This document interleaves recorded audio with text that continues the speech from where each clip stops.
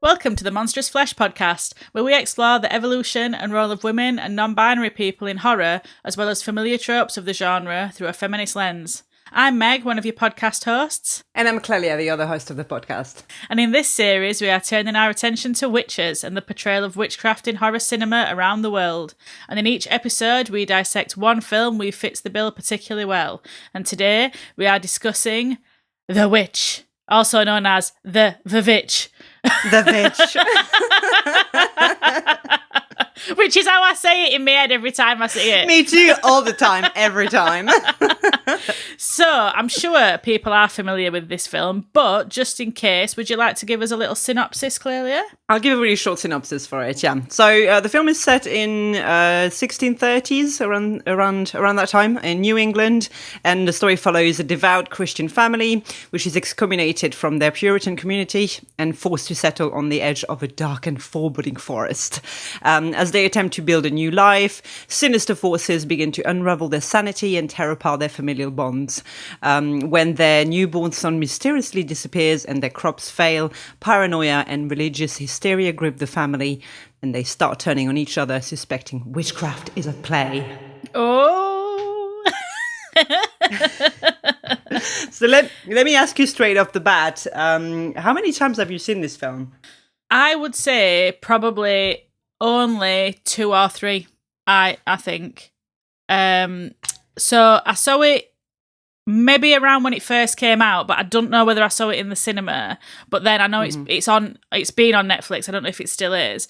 But it even though it's not one that I've seen as much as some of the others that we're going to talk about this series, I feel like it left such an impact on me that I've even watching it. So I rewatched it last night for podcast today, and I was like, oh, I remember all of this.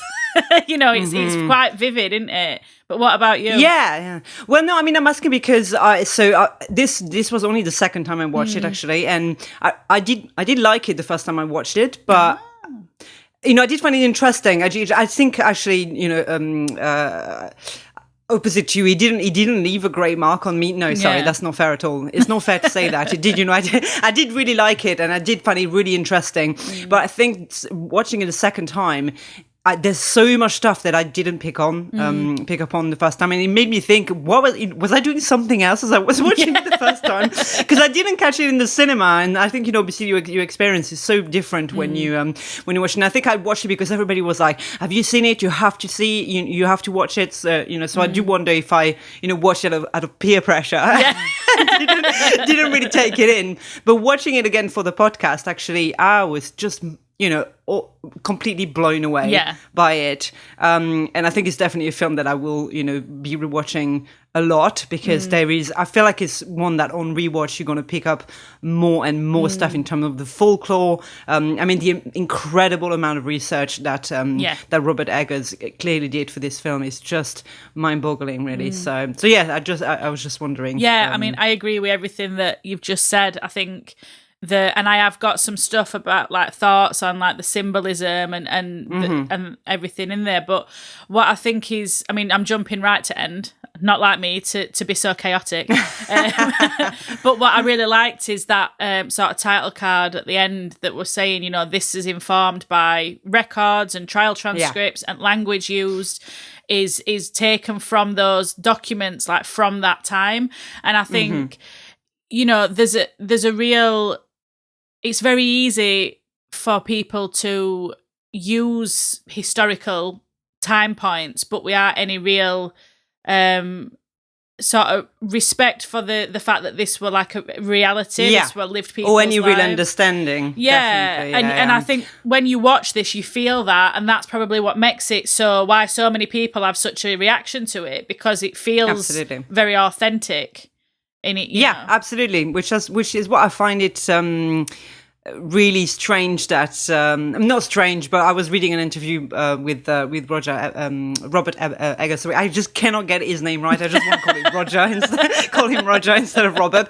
But apparently he can't stand rewatching it now. He says like it's not he's really proud of the film, but given all the stuff that he's done since, and he's thinking that it's a film that if he could make it now, it would be a lot better. But I honestly can't see how. Like I just think it's such an incredible film. And as you were saying, in terms of the title card at the end saying that it's informed by all this incredible research. I love that actually lots of dialogue are lifted directly from journals of the time, and it's incredibly accurate. I mean, to the point that there are some sections in the film where I had to watch it with with subtitles, because he's just like, what? Especially William, the dad. I feel like he talks in poetry. And the actor has got this incredible voice as well, so it's like, what? But the thing as well is because obviously I'm from Yorkshire and I don't live in Yorkshire anymore, and there's a bit where he goes, come to field, and I was like, it made me ache for my homeland. I was like, come to field, come on lad, get to field. I think the way, I mean, I'm going to, in Folklore Corner, talk a little bit about this sort of time point, but I think it's easy to see that people who were living in these sort of areas as though they were, and I think a lot of films and things that have used this time point have like American actors. So you think of these people as like American people, whatever that means. But they weren't, they were very recent. Of course, very recently settled from England, so they all still had these, fantastic strong accents and stuff. And what's also interesting in terms of the time period, I thought, because when you get films about witchcraft, it's always it's very often, I'm thinking of The Crucible and this, and it's kind of based around the time of the witch trial, whether this is taking place 60 years prior to the witch trials, and it's really interesting then to play into that the sense of the rampant superstitions, paranoia, all that thing that's bubbling at the surface, and eventually culminated in the trials. It's just well, and that's one of my, so I ended up sort of thinking a little bit about like themes of the film. So watching it, I was thinking there were all these themes coming up, and one of them I did want to ask you about actually were the religious aspect, because one review that I saw of it when I was researching said that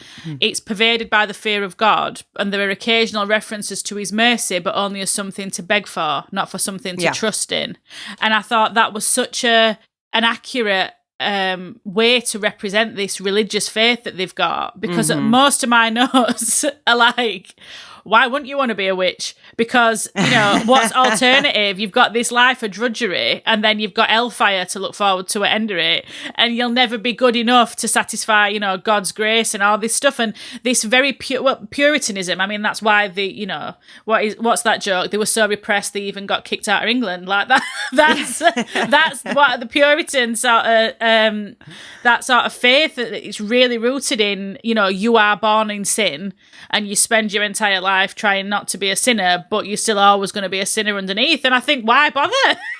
Absolutely. So like you losing from the start. I think that's very clear in the there's a scene really early on with Caleb and the dad, and Caleb is questioning if Sam, the baby, has disappeared, is in hell, and it's like, but he's a baby. Why is he born a sinner? That makes zero sense. And then the father actually can't or doesn't want to answer this, and I find it interesting because like really, I mean, yes, the film is definitely it's a damning representation of Christianity, but I feel like in the reason he doesn't go into the reason why they get kicked off the plantation at the beginning, but you understand really quickly that it's because of the father's pride, and but it made me wonder also if it was him also questioning, why nothing they do is good enough, basically, because they, always have to be repenting for, something or something else. And as we see his journey through the film, it's quite apparent that, he is a sinner, as in, he doesn't, he lies to his family, but, with his own motivations, in order to keep them alive, to bring food on the table, to, but eventually it is the results of his actions that that means that they are in this mess. Yeah, and I think that's the real underpinning of this film. I think is religious, fervor, but also like misogyny and entitlement, and that male entitlement. So that even you see that in that first scene. So this entire scenario, the result of this is based on the arrogance of the men involved. So, Jacob is, he can't keep his mouth shut. He's standing in front of all these people basically saying, I know more than you.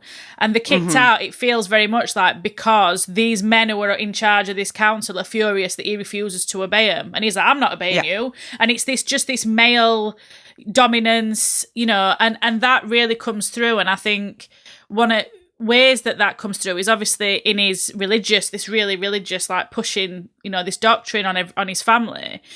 But even in the folk aspect of it, the folk horror aspect of it, like there's a bit where he says, like, we will conquer this wilderness, it will not consume us. And it's just this really patriarchal attitude. There's no desire to live with this land. It's to conquer it and tame it, and it will bend to my will. And, they're obviously trying to grow crops that are never going to grow. Yeah. I am a man. Yeah. I am a man of God. Exactly, the world should bend to me. To my will. Yeah. And what you then see throughout this film, and as much as it is a film really about Thomasin, I would say, it's a, you see the impact of that pride and that entitlement, how it pervades everything.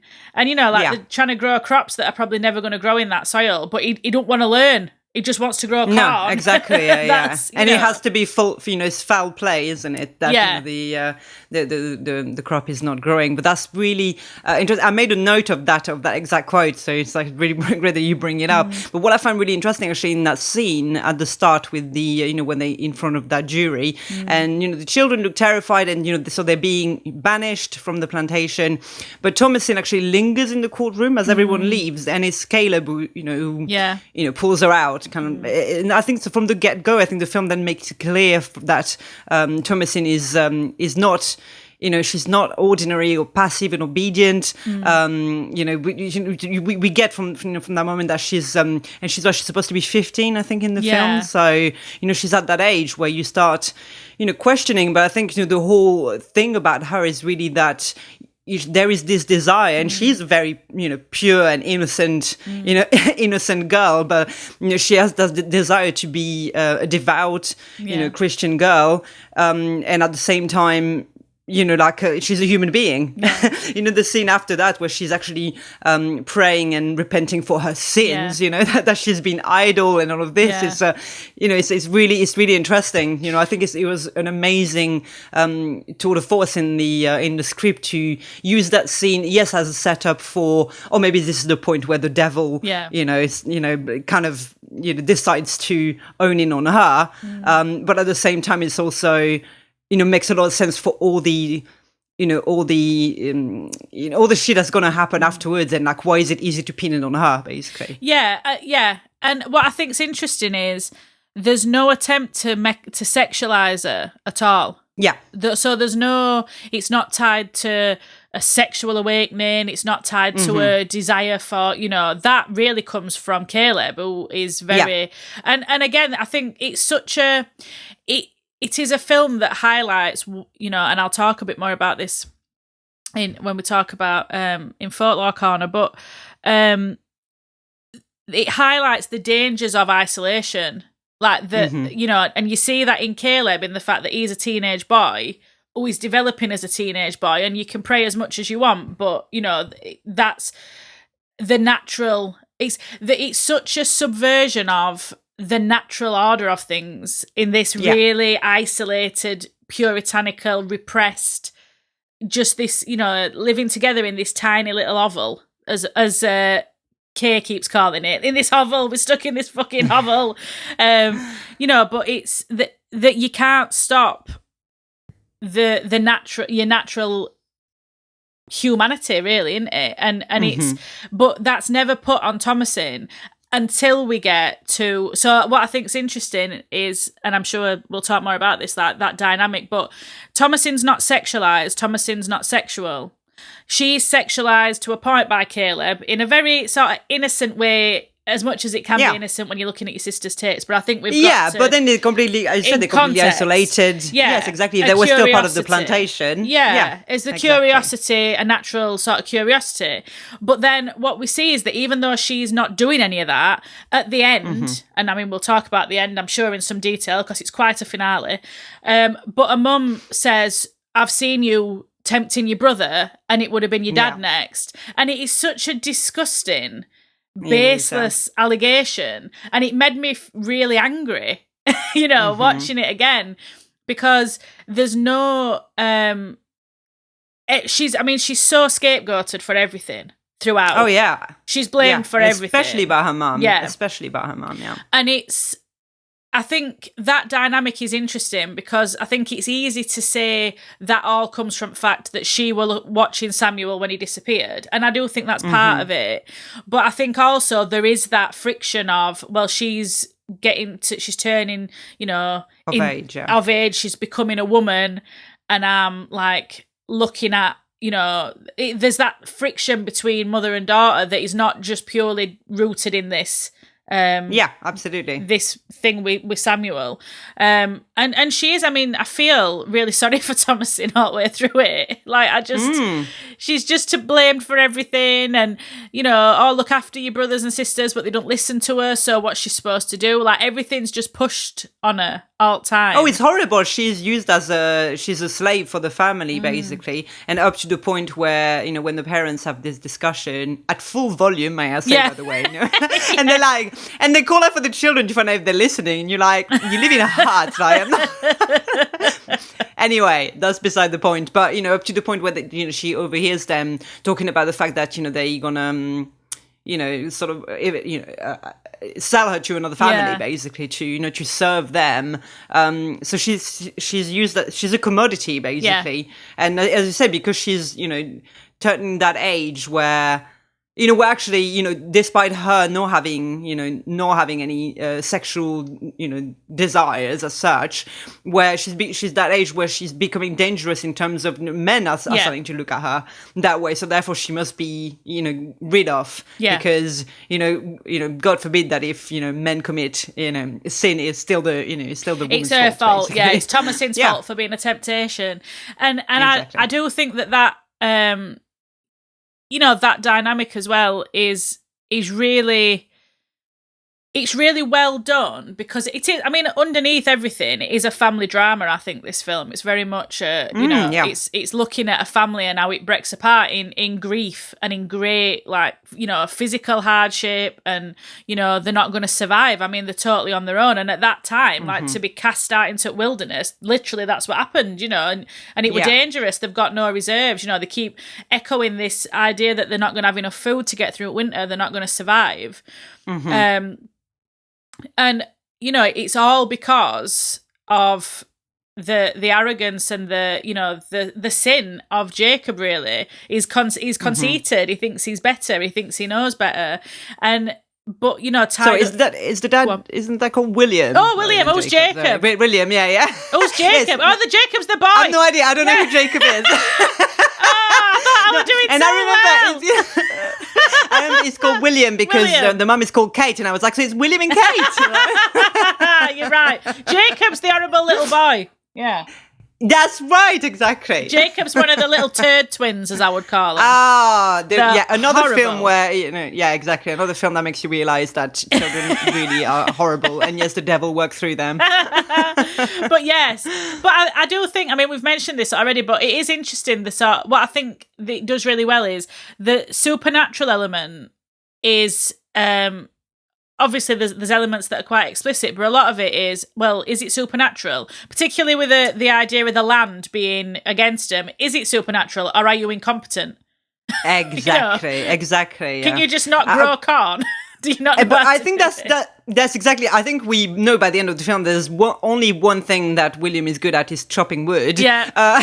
So like again, his death scene, and we're going to talk about it, but it's kind of it's quite ironic at the end, really. That I was kind of like, look, that's the one thing he was good at. But but what I love about the supernatural elements of the film, as you say, because it can be interpreted in so many ways, and I think actually you could watch this film and be like, well, yes, it's a nod to all the superstitions, and all the beliefs of the time, but I'm not sure anything that supernatural really is, at play. Yeah, well, I mean, that's the thing, isn't it? It's like, when Caleb and William are talking, and he said, well, I can Sam B and L because he's a baby, and he can't answer him because that's the root of all this. You can't answer it because there's no answer. But then if you say you don't know, then you're opening yourself up to all your doubts, and he can't have doubts because he's dragged his family into the middle of nowhere on the strength of his belief. And so if he goes, well, actually, maybe God ain't going to save us, he's put his family in this, really serious jeopardy for no reason. But alongside all that is also the fact that, he's an absolute... So he's this religious,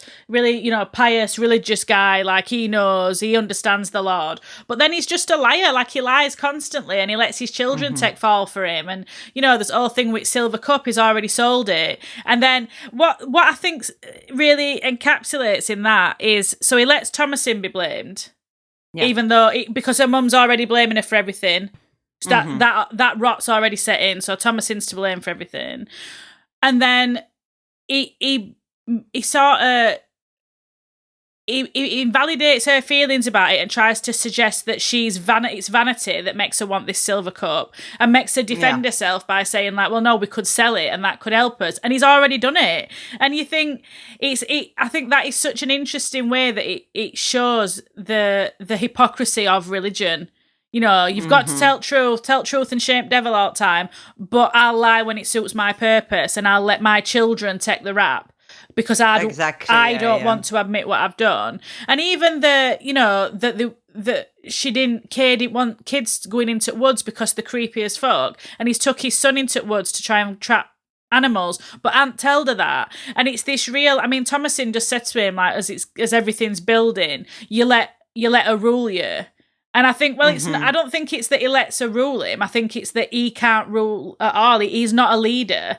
He don't know how exactly. to lead. He's not. I think that's exactly it. I think he's not he's a coward. Yeah. And he doesn't have the courage of his conviction, sort of thing. It's very as you said. He lets the children take the blame for when they go into the forest with Caleb and then come back, and Caleb is like, oh, I thought I'd seen an apple tree in the valley, so we went to investigate. And it's almost like, oh well, I didn't ask him to lie for me, but. It's like it's very convenient that he does. It's almost like it's his way of exerting power on his family by being but Duke, all I'm trying to do is like, it's like playing the role of the the martyr. Yeah. Like all I'm trying to do is to keep you guys alive when I've put you in this shit position in the first instance. Yeah.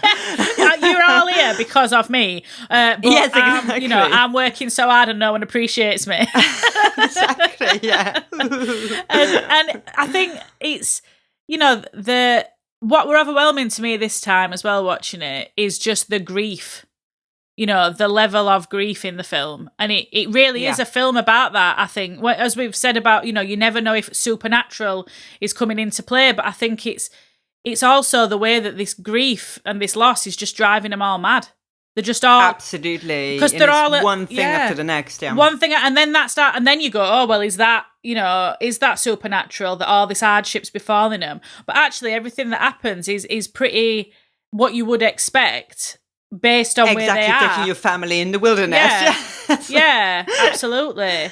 But so all these things that befall them, baby going missing, it could have been a wolf, then Caleb gets lost in woods and then he comes back and he's ill and they're like, oh, he's been witched. I'm like, maybe he's got hypothermia. He was lost in woods overnight. But it's, and and like crops not growing. It could be because they can't be grown in this environment. All these things and that's the way that it's so clever is because that really speaks to the essence of all this paranoia that occurred around witch trials, doesn't it? That things were happening, life were really, really fucking hard all the time, and it's a lot easier to be like, this is because of external forces. Yeah, of course. There's someone to blame, rather than we've made a mistake. We don't know what we're doing. Because what do you do if you don't know what you're doing? Then how do you change that? Whereas if it's a witch, you've been bewitched. Yeah. You can be like, why do bad things always happen to good people? Must be my stupid daughter. It's her fault, Thomasin. All she does all day. Yeah, and it doesn't help when you've got those two shitty twins. Oh my God. She's a witch. Oh, she's they a are witch. the By the way, worst. we talked to the goat, but she's definitely the witch. Absolutely. So, they're one who's singing to Black Phillip all way along, and and have you listened to the lyrics of this creepy song? Oh, honestly, yeah, it's dark, very, very dark. Yeah. But so they're doing all this, and I did think that were interesting when we see obviously, of course, at film these accusations towards Thomasin really escalate. But then when she's being accused by the Turd twins, so she's being accused there, she's the witch in the wood, and when she says, actually no, Mercy is the one who told me first that she were the witch in the wood, it's like, oh no, it can't be Mercy. Yeah. Can't be her. No. Well, why not? Why can't it be her? Exactly, yeah. They're like, come on, she's like 5 years old, and look at you with like you're developing breasts. Like it's obviously you slut. You slut. You devil slut. That's what you are. Yeah, no, that is I did find, especially the way that the twins are reacting when they really do put it on, when Caleb is having a fit, and then they pretend to that they are, the devil has a hold on them as well, and you just, all in that moment, you just know that, it's all gonna be a showdown from there, from there, really. Yeah, and when when he threatens to cut them to ribbons, and then they start screaming because they're pretending that they're asleep and they can't wake up. But again, it's children, innit? Being not understanding consequences. So even Thomasin is a child. So when she says to Mercy, "Oh, I am the witch," and she's trying to get her to listen to her because she's been parentified. So she's being told to look after these two horrible children who won't listen to her. Well, she's doing what all older siblings do. And she's like tormenting her. Scare your siblings to death. That's what you're supposed to do. But did you make a note of the lyrics of the Black Phillip song, or did you just notice that it was creepy?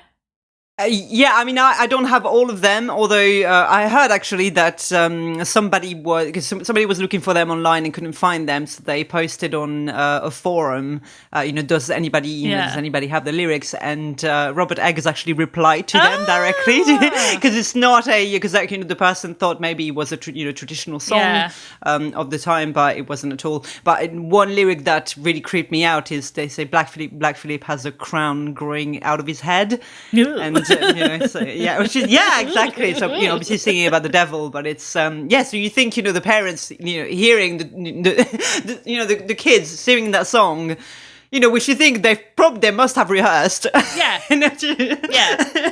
Would make you wonder. But they've been learning this song for a while, and you've not picked up on that, and now you know that's we'll get on to Black Phillip, I think, in a bit more detail. But what about the witch in the wood? What about the witch, exactly? What are your thoughts on the witch? Well, a bit like we've discussed a while ago about the fact that the supernatural elements of the film can be seen, either as supernatural elements was a suggestion of the rampant superstitions that were going on at the time. I think it's very cleverly done, and I think all those I liked all the elements that he brings in terms of the animals, the witch's familiar, all the. That horrible scene at the start where you see her you don't see her taking Sam, but you see her then walking through the woods, and then that scene later with, the baby and the hand and the knife, and the next scene where, literally, the next shot where it's literally, she's, what is it? Like mashing something, which I was like, what is this? this? Oh, Pulverized a baby pulp. and just baby pulp, exactly. And then rubbing that on a broomstick and or on a stick, and then I didn't notice the first time I watched actually the shot of the moon, and then the witch ascending to so. It's watching it this time, and I think watching it in the context of this series and how we're looking at witchcraft and representation, and obviously as part of that I've been doing a lot of reading around witch trials, and that's sort of what I'm going to talk about today and things. I don't know that I like it actually. I think I like all the rest of it and I like the ending, but I think the idea that someone stole a baby and mashed it to a pulp and then rubbed it all over herself, I don't think that's helping the cause, shall we say? No. No, that's true. But I think it's interesting to, that the film shows, the many facets of the, of the witch archetype. Yeah. From, the crone, this, this desire for youth and beauty and being used for, for evil, all those the superstitions, because it was, told that, witches were stealing baby to eat them, or, to use their fat and blood to make flying ointment, so, which arcs back to, to other, legends and myth about witches or vampires or stuff like this. So I do find that interesting, but I know what you're saying in terms of of that film is. I think you could have made the same film and not had her in it at all. I think the suggestion. I agree. The suggestion of it was enough. Enough. In fact, I completely agree with what you're saying, because I think the suggestion would have been enough to, to plant that seed, but.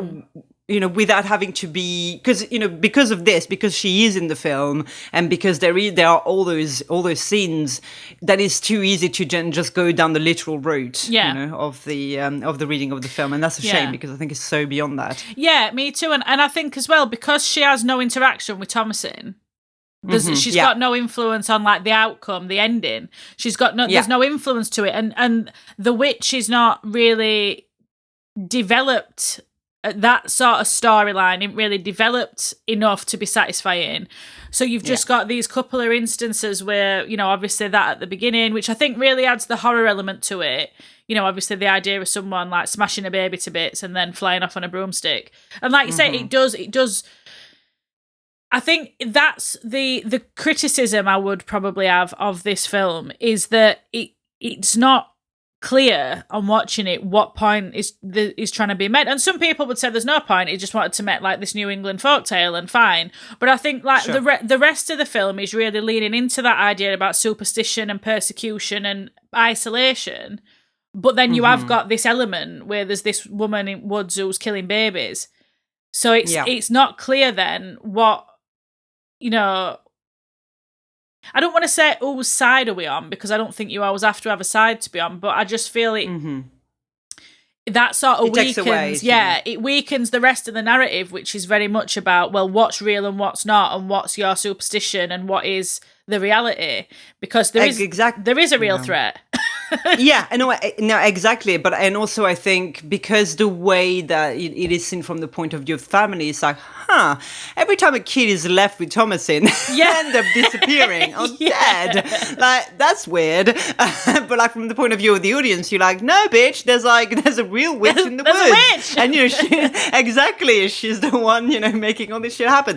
But which I think if it wasn't there, actually, you'd be, as you said, it's not a matter of like whose side are you on, but it probably would have worked better in the sense of, you're right, the witch in the wood has no bearing to what happens in the end anyway. So and that scene is really grotesque with the baby, and it's very shocking, which I suppose adds that sort of horror element to it. And I think, it brings, that scene when she is flying towards Moon and she looks like a big crow, doesn't she? It's very, it's really cool. That shot is really, I think, really, really brilliant. And we see like the hag and then the temptress lurking in wood, and she sort of lures Caleb in. Yeah, and, which feels a bit too on the. I know what you mean. It does feel a little too on the nose, though. Like I did think that scene where where Caleb ends up in front of her hut, and she comes out and kisses him, and the hand, her hand is still the crone hand. Exactly, crone hand.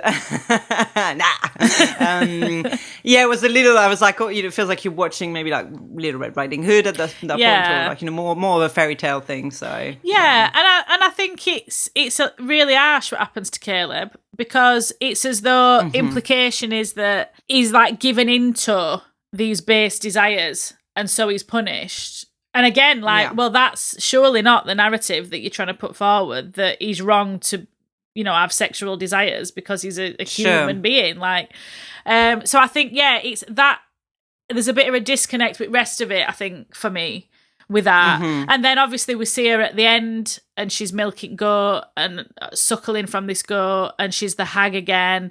And, I met, again, my partner, long-suffering partner, who has to watch all these films with me. He really enjoyed it, actually. He did enjoy it. But when she were there on the stool, and she, like, turned around and there were all blood in her mouth, he went, "Oh, fuck that!"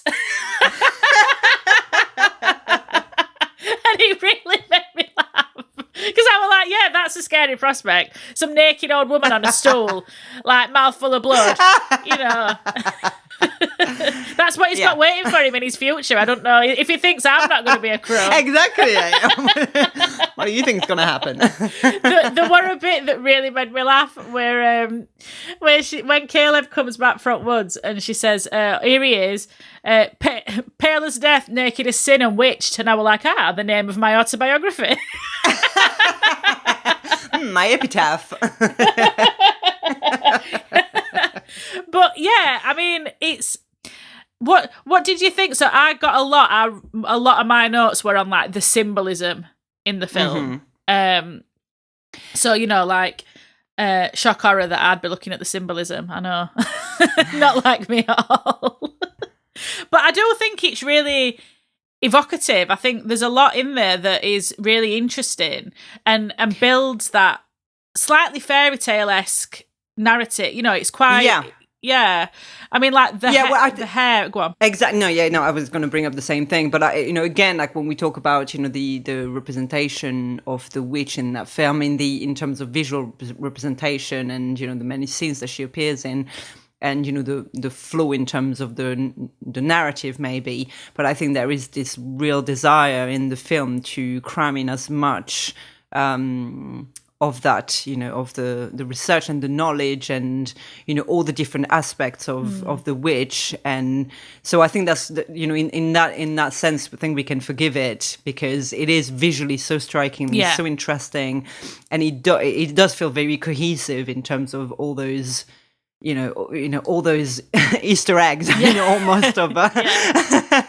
or references to the Malleus Maleficarum, and the animals, with the witch's familiar, and those rituals like the baby pulp on the baby pulp, exactly. So disgusting. Sorry, but even I was reading about when she's walking through the wood with that scarlet cloak, which says it both harks back to Little Red Riding Hood, but also the biblical whore who is described in the Book of Revelation as arrayed in purple and scarlet. So I think there's all those, this magnificent imagery that is, both commenting on superstitions, and also the what you find in biblical literature in terms of the origin of the witch. Yeah, and I think even when you see Caleb, when he's come back and he's had this fit, and then he coughs this apple up. I thought that was so, because obviously the apple with Adam and Eve, and it's got that biblical original sin connotation, but also that it speaks to this idea about his desires have been fulfilled, and he's paid the price for it. He's given into these desires and he's being punished. But I think as well, the other sort of layer to that is that it represents this idea about the witch and the woodland's omnipotence, because they understand their desires. Like, oh, we thought we saw an apple tree. All we want is an apple, and you can have an apple. This is the apple. You know, the knowledge that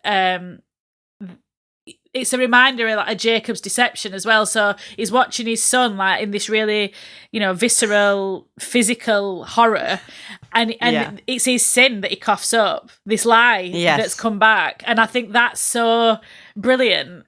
It is, yeah. And did I say Jacob again?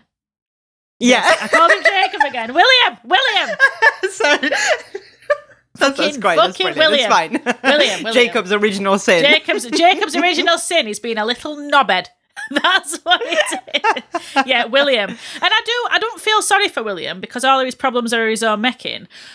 But I think when we get to that point and you see that everyone's accusing everybody, because that's what happens, you're a witch, no, you're a witch. And he's in the middle of all this, like going, well, who's a witch? All I know is my kids are disappearing and my kids are dying in front of me. And I can't understand why. And not only that, like, I can't be the cause of this. So again, it's like, I can't be responsible. This has got to be someone else's fault. So I'll blame one of my children. Because obviously they're in league with the devil. It's really interesting that because I was thinking, I had quite a lot of sympathy actually, for him watching the film, up to the point where, of course, it's kind of like once he's put up against the wall, and that actually, everything points to him. He's the reason why all of this has happened. Then he turns against his own daughter. Yeah, and that's where I was like, I've been fooled, because I was kind of like, it seems to me like he's. He was trying hard, to keep his family alive. But then you kind of like, but he fucked up in the first place. Actually, just say sorry. Just go, you know what? Yeah, Soz, can we stay? Because it's much safer if we all live here than it is to live on his own at Wouldst. But and I think the sort of way that, because he's very loving. As a parent, as a father figure, he's very loving all the way through, and he says to him all the time, I love you. What does he say to Caleb? I love you marvellous well, he says, or something like that. And he's Thomasin, and he's physically affectionate, and he loves him, and he tells him he loves him all the time. Which is why I think I had a lot of sympathy with him at first, because I think he's what you'd expect from a father figure in a film, set in that time is, it's miles away from what you would usually get. So, exactly, yeah. And he is, but it's like, again, it's that cowardice, isn't it? Because he's loving when Kay's not watching, so he gets to be a good guy because, and she's then got to be, the harsh disciplinarian, and she's the problem then. And he pits everybody against one another so that he don't have to be the centre of anybody's attention in terms of you're the reason why we're here. And I think when you start to see it in that way, you do lose all that sympathy for him. It's like, well, you're not a good dad. No, you're not a good dad, not a good husband. You're not even a good man. All you can do is chop some wood. That's all you can do. Can't grow crops, can chop wood. Exactly, and Black Phillip sees straight through this shit. Black Phillip's looking at you like you're a piece of shit, son. But yeah, I mean, the symbolism, I did think, like the hair, we see this hair a lot, and because the hair, I think, is given the research that obviously went into it, it's very interesting to use that we see the hair, because it's interesting in terms of, if we go to like Celtic mythology and even in paganism, it's a symbol of abundance and like prosperity and good fortune, which is not what they're experiencing at all. No, at all, yeah. But this idea, it relates to like spring, and I think spring keeps coming in. It keeps going in spring, this tree will be lovely. In spring, I'm going to plant a wheat field, and it's all about this like new life. But spring was seen as like a time when you would drive the witches out, like, because witches were thought to drain the life, like what happens to Caleb, that they drain the life and the energy out of you. And in spring, you get this like vitality. But that's so not what is happening. But also, I mean, no, hares are associated with witchcraft in terms of witches transforming into hares, which is obviously what it's the witch that's watching them to steal milk and cause mischief. Which sounds fun. It is. truly is. But that's really interesting what you're saying about as a symbol of, spring as well. And, in terms of the unattainable, because, what the whole family desperately want is to get through the winter, right? In order to, if they survive the winter, then they'll be able to, to thrive again, hopefully in spring. And, the leitmotif of the hare, the first time, not the first time, but, one of the first time they see it in the forest and they try to shoot it. And obviously the gun backfires. And then Caleb, follows it but can never catch it, so that's really interesting to think about it in those terms as well. It's like unattainable.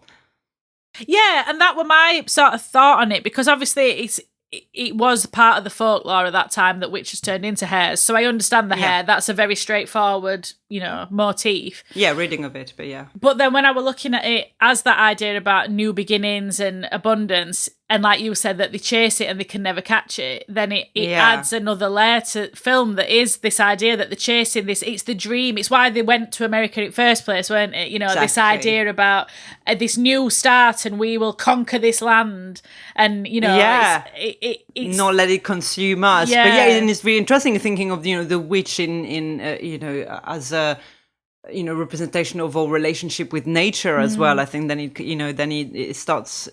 There are so many layers to it. And that's really interesting to. And she's there first. By the way, she were there first, and again, it don't really touch on.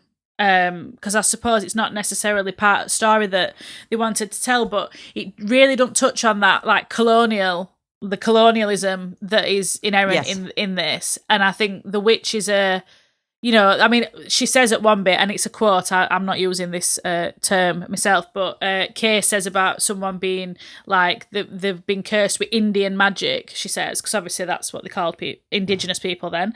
Sure. But, saying this, and you see as the gates close... yes, I was just going to say that, because the reality is that, and, a big reason for a lot of this paranoia, a lot of it were tied to racism and tied to these beliefs about indigenous people, and that settlers had a right to this land. And there were a lot of very brutal and violent conflict. Understandably, that's what happens when you invade people's homes. That's what, But that sort of part of it as well, which is this threat. But actually, you're the threat, because you're coming to this place where she's lived undisturbed for however long, and you're the invader. But it's the sort of colonialist narrative that you've decided that this patch of land is yours, and anyone else who's on it, even if they were there before you, is they don't have a God-given right to it. And so really they all get what they deserve, because it's, you can't just decide that this is my land and I'm going to take it. That very much like the attitude that developed. I mean, you can see that in the Wild West and all that sort of thing. Very much this idea that this land's empty, we're having it, and that the conflict to that. And so I think she does represent, like you said, nature, and the way that land is not. Where if you don't understand it, a lot of people. Probably, I don't know any statistics on it, but I'm sure like thousands, if not hundreds of thousands of settlers died because they didn't know what they were doing. They were like, we're just going to live on this land. And, that's really represented in William's insistence that they're going to have corn. And it's like, maybe just don't grow here. Have you thought about that? No, exactly. Instead, it's that, blind faith of being like, well, of course, it's, this land is now ours because we come here with God in our heart. So obviously, God has helped us to find a way here. Obviously, rather than, and whereas the witch represents this, this contradiction of, land and ownership are, two things that, are in contradiction with, with each other. It's really interesting to think about that. When you're right, I didn't think about the colonialism aspect, or rather, the fact that it wasn't necessarily brought in unless for that really quick glimpse at the start when they leave the plantation.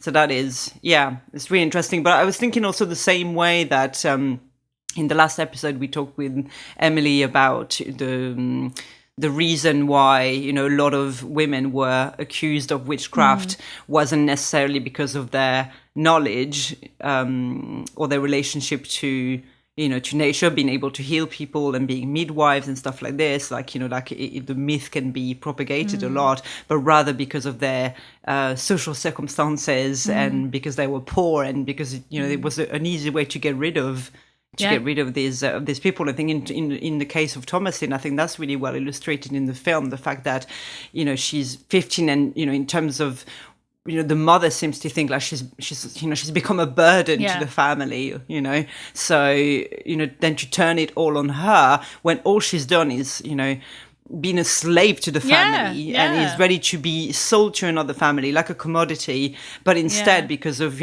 everything else that's happening, they're like, well, yeah, she's such an obvious and easy scapegoat. Yeah, and the fact that she, that all the work that she does is totally ignored and unacknowledged, and the fact, like she's bedding goats down at night. They're sending her out when they think there's a wolf roaming about that's stolen the baby. It's the even at the end when William fastens them all in with goats, like you think a wolf's stolen your baby, so you think there's wolves around and you're leaving your children in harm's way for what it's I mean, I do think that scene is so brilliantly played out when Samuel disappears, when she's playing peekaboo and then blanket's empty and you just hear trees rustle and that's it, and he's gone. I mean, it's so horrifying and fantastic. But again, that like we've been talking about, you're in the witch's house, like this is her house, and she can get in and out before you've even noticed. And even like at the end when she's sort of climbing on roof of like the little barn and the shed, and then she's there. The call is coming from inside the house. The witch is in the house, and it's that to show the power of this.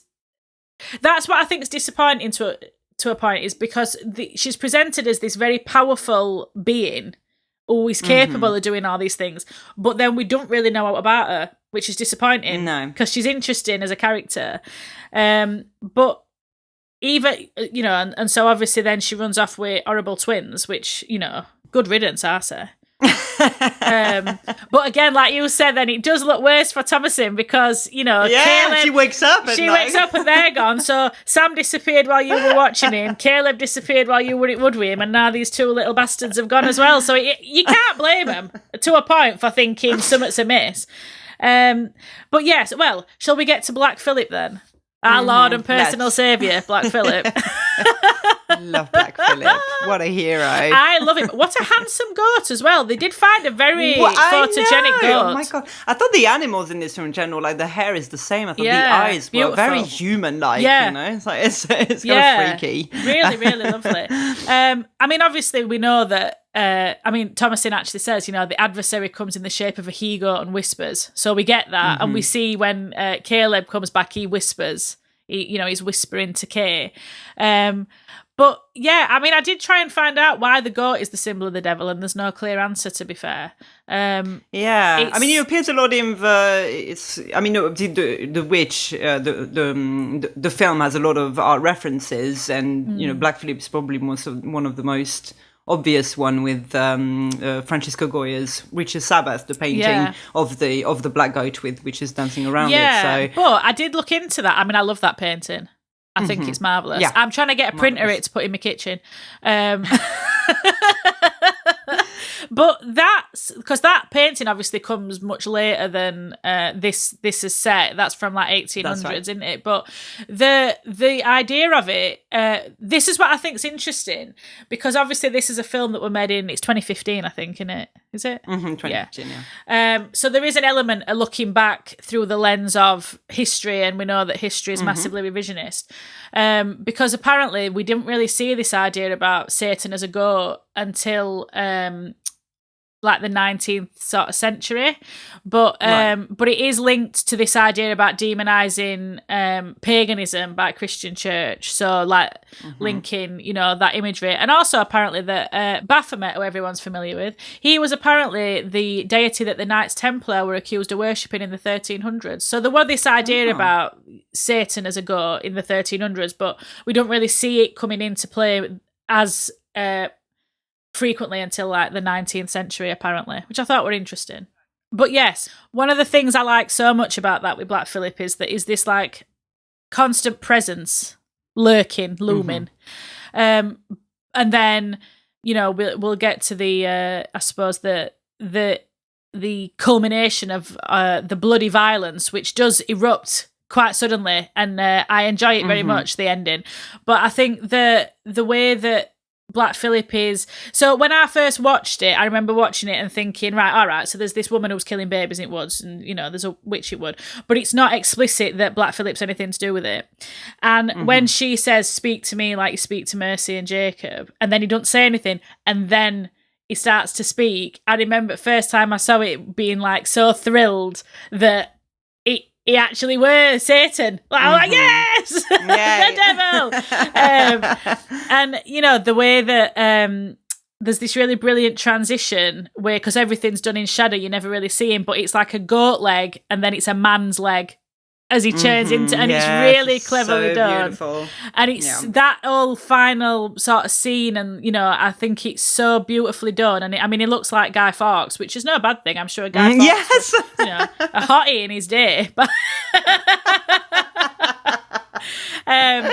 but you know, this idea of temptation, and I don't know if it's me. I mean, I don't know how you're supposed to take ending, to be honest, but I mean, I really love it. But I think, you know, we see sort of, I mean, we'll discuss the ending in more detail. I think we'll get to the murder first. Let's talk about the bloodshed first. Everybody likes the bloodshed. No, hang on, before we move on to that, in terms of what you were saying about Black Phillip being, you know, this constant presence is really interesting, because obviously, you know, throughout the whole film, you know, William wants to convince the whole family that God is watching over them, when, you know, and in fact you have this presence, you know, this presence, you know, throughout the whole film.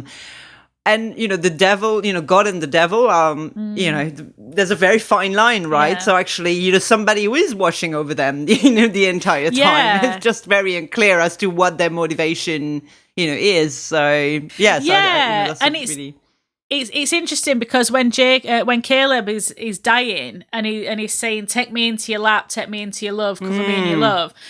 And William says to Kate, it were the devil, it were devil that took him. And she's like, no, it were God. God took him. And you don't know. You can't know. Exactly. And again, like, just really, really emphasising the uncertainty of faith. Like, their faith is absolutely tested and found to be on a really shaky foundation. I mean, I think that's fair to say. So, you know, and then they don't know. And then it's like you said, this presence, this entity that's been following him and observing him, and, you know, you've been hoping it's God, but is it the devil?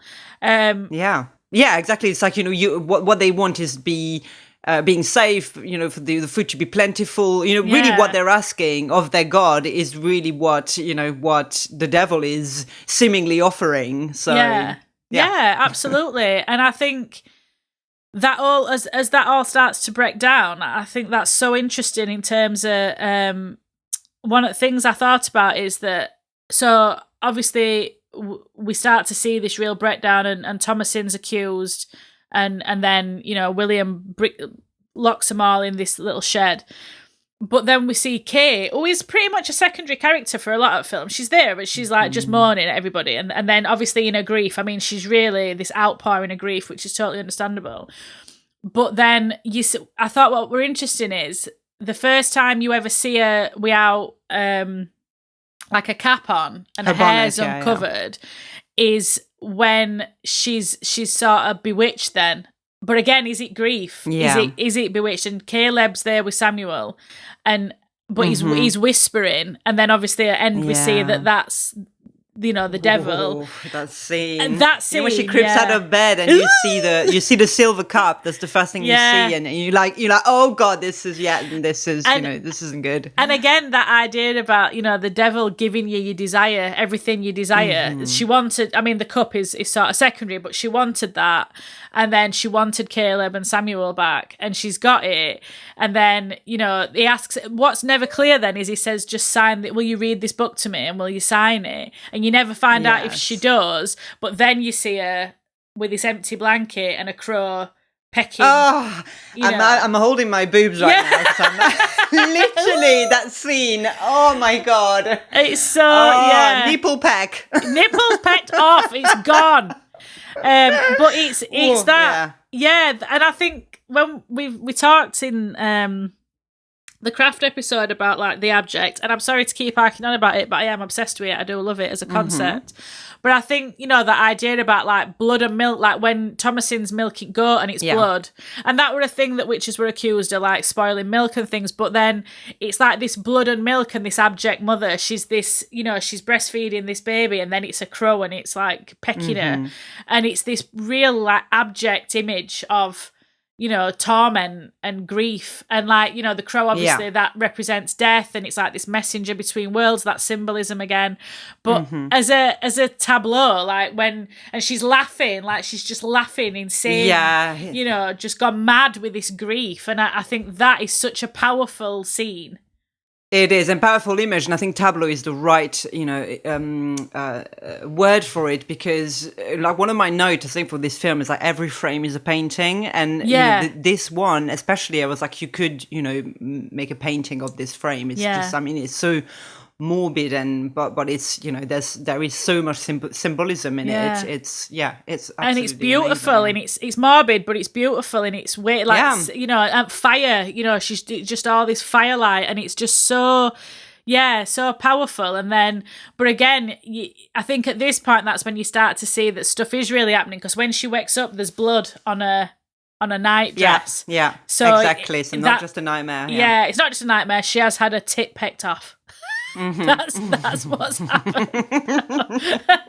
And then obviously everything goes. It's a very I think people might say it's quite a slow burn. I don't think slow burn necessarily. No. It's very much suggestion, alluding to things, and then it all goes absolutely batshit. Exactly. But even then, I mean, to be honest, like rewatching the film, I did think, because I think from watching it the first time, I did think, it was slow burn. But rewatching it this time, I was like, actually, things happen really quickly. Yeah. Like literally within the first 10 minutes of the film, Sam's gone. And actually there is, I think that, there is so much. And yes, a lot of it is suggestion, but it's building up this atmosphere to the point where it's suffocating. Yeah. And then he completely unravels and goes batshit crazy. So. And everyone's hysterical by end. Everyone's accusing everyone. Thomasin's accusing Mercy and Jacob. They're accusing her. William don't know what's happening. Kay's screaming. It's all Thomasin's fault. Everything that sort of hysteria is really took hold of everybody. And then, and like I say, I don't know whether ending's meant to inspire you, but I really love it. I mean, obviously it's sad that everybody's like dead, apart from Thomasin. But I think there's a symbolism even in that like her freedom has to come at the expense of the literal death in this way, but of this family dynamic that she's like trapped in. And the Black Phillip scene when, wouldst thou like to live deliciously? Like, it's so good. And honestly, when he says, would you like the taste of butter? There aren't many things I wouldn't do for some butter. I love butter. So, a pretty dress and some butter. Yes, please. I'll sign your book. Pass me a pen. Absolutely. I'll do anything that this voice tells me to do, to be honest.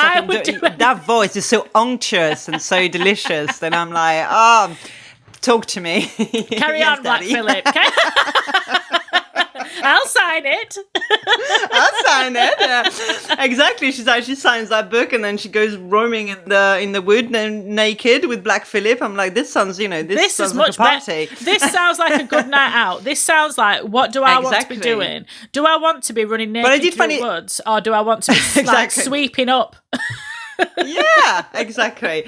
No, I did find it interesting as well in the sense of obviously Puritans really believed in determinism as well, right? So the fact that it's almost like her fate was sealed anyway. You know, when they accused her of being a witch, it's like, you know, or from the very beginning, I think, you know, her, you know, seemingly, you know, praying, not seemingly, she's praying, but, you know, saying, you know, that she's idle and that, you know, she's, you know, wants to repent for her sins, but, you know, blah, blah, this and that. She obviously wants more from this life. It's almost like, you know, this is what is offered to her at the end. It's like, what other choice does she have anyway? She can't go back to the plantation. The whole family's there. She's not going to survive. Yeah. You know, in the wilderness on her own. So, you know, join your sisters and join your sisters in the party wood around the fire. Yeah, exactly. But that's it. And I think what's interesting about that ending, is that, you know, she's been so powerless. And even when he said sign and she said, I don't know how to write, I can't write my name. And he's like, I'll guide your hand. Like, guide my hand. Yeah. Leave it to me, child. Hold that pen. But, you know, even that, it's like she's being so powerless and now she's not. But it's a choice. Exactly. And it's the choice to take, innit? Exactly. And it's also, you know, I mean, amazing. I was going to say not amazing, but in a way, it's like, you know, all these obstacles to her being free was, you know, the family and you know, all the responsibility she had, you know, to them. So effectively, that's right. It's like, you know, getting rid of the family is you know, allowing her that freedom. So there is real, power. There's in that, power maybe. there, and also it's like she's being accused of it. The plan were to take her back to the plantation and put her on trial when they would have found her guilty of it. Yeah, and she weren't guilty of it. Well, not that it's, you know, it's not a crime to be a witch, but she weren't. She weren't. That's not what had happened. So it's like, well, she were, I suppose, quite apt. She were damned if she did, and she were damned if she didn't, weren't she? Like, there were nothing that she could have done. Like, either way, she were going to be labelled a witch, and either she could float through the night air with her sisters, or she could be, like, hanged. So I know what I'd rather. Which one's it going to be? Yeah, and I think it's interesting as well when he says, you know, what do you want? She's like, what can you give? What can you give? Yes, I did find that very, very interesting. Rather than her, stating what is that she wants. I want everything. More like, well, I want everything. Exactly. Yeah. What can you do for me? Yeah, and it's, you know, and then, do you want butter and a pretty dress? But then he's like, oh, do you want to see the world? Like, it's not.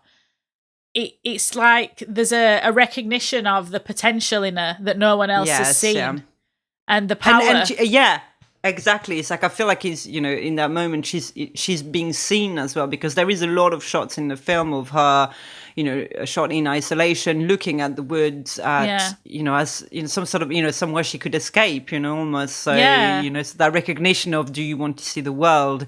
It's like, you know, I've been watching you, I see you, I know what, you know, what it is that you desire. Yeah, and it's again thinking about that Little Red Riding Hood sort of thing, isn't it? Like, oh, if you stay on path, everything will be fine. But if you stray from path, that's dangerous. But, you know, she's looking at woods, and that's this dangerous place, this unknown reality that, you know, that she should stick to the boundaries of this very small, brutal life that is just drudgery and misery.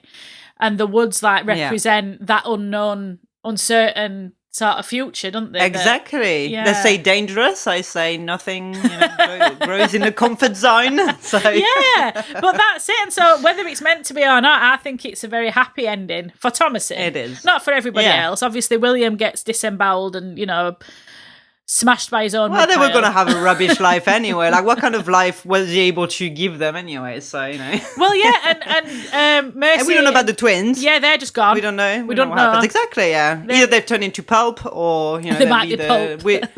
Which is little assistants, you know, like the elves at Christmas. Yeah, because that's interesting as well, because it seems, thinking about it, that the two, even though there's the idea that, you know, this witch, the Witch of the Wood, will have signed Black Phillip's book because that's you met the pact with the devil, but then she's not anywhere around, So but maybe she gets them children. Maybe that were a bargain with Black Phillip. I don't know. Maybe, yeah. But it's like she's there with him, and then they disappear. But there's no like. What's interesting is Thomasin. It never sees her. She's never, even though she is accused of being this witch in the wood. There's never any real direct interaction between Thomasin and this witch. I mean, she's in the barn at the end. She's in the shed at the end, but she's not. You don't even really see her reaction to it. It's very much like Mercy and Jacob seeing this That's woman. right. Yeah. And so they're very like separate. They're kept very separate. Yeah, and it almost becomes the whole point of it, right? That it's like once everything else has been removed, then can the coven and can the devil, make their presence known to her, as if that's it. Everything else has been removed, and now. Her face has been stripped away, and she's able to open herself to the possibility. Yeah, and she's free to choose. She's got the choice. Like she can sign his book, or like you said, she can sign his book, or she can remain, in pious religion, and she can die in wilderness. That's exactly, your choice. Yeah. What would you rather do? What would you rather? Yeah. And it's would thou like to live in misery? Yeah. Because I mean, I do say far too much. Wouldst thou like to live deliciously? It has captured me as a concept, and yes, I would. I always want to. Yeah, I would rather live deliciously than in misery if I had my choice. But yeah, I mean, it's I think it's a very and visually it's stunning as well, and the score.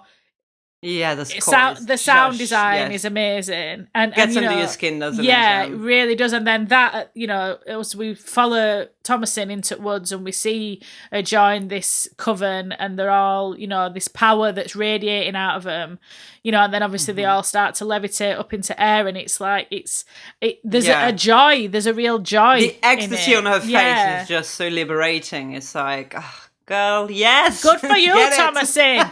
Get after it. Well, is there anything else that we need to add before we move to the horror that is Folklore Corner this week? Well, I'm really excited. Yeah, I mean, this is obviously one of the most serious film of the season that we are covering, and I did think before we started recording that I'm really excited for this week's Folklore Corner because, you're going to be able to unpack a lot of the stuff that we've been talking about and tell us a lot more about it. So go for it. Well, today we're looking at witch hunts, which was inevitable with this series, really. And I've got, some examples, some horrible examples. I've tried not to be too depressing about it because it is pretty depressing. But what's interesting, and I think we've talked about this in context of this film already, is that, witchcraft and allegations of witchcraft have got a really long history. And we all know it's mentioned in the Bible with "Thou shalt not suffer a witch to live," which were massively taken out of context and misrepresented, and were a big influence on writing of the Malleus Maleficarum. I can never say that word salad. Same. But the sort of witchcraft frenzy really took hold in Europe in the 1400s. And across Europe, many women were accused of witches. And I will, in the majority, say women, because as I will reveal with the statistics around this, most people who were targeted were women. And so these women confessed, to a variety of wicked behaviours, things that we see in film, things like turning milk, souring milk, turning it into blood, killing livestock, harming babies, holding, black, I suppose, the Sabbats, they called them like Sabbaths and things like that. So within a sort of a century, starting in 1400s, witch hunts were common. And as we've mentioned and we talked about in that episode with Emily, like single women, widows, and other women who were at margins of society were especially targeted.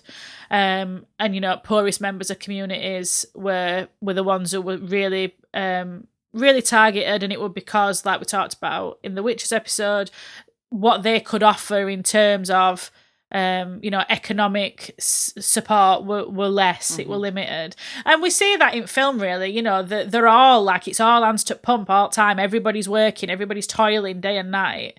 And that's what our people lived, So if you couldn't contribute, let's burn you. That seems to be, unfortunately, the attitude. Can they do that with the government? No, well, let's hope so. I've said it before and I'll say it again. Bring back the guillotine. But between the years 1500 and 1660, up to 80,000 suspected witches were put to death in Europe, and 80% of them were women who were thought to be in cahoots with the devil and filled with lust. So Germany had the highest execution rate, while Ireland had the lowest, which is a little fact for you there. But in 1486, when the Malleus Maleficarum were published, this really spurred on intensity of the witch hunts. And it's translated as the Hammer of Witches, and we've talked about it before, but it were a guide on how to hunt, identify, hunt, and then interrogate witches. And it labelled witchcraft as heresy, and then it quickly became an authority for Protestants and Catholics who were trying to flush out the witches living among them.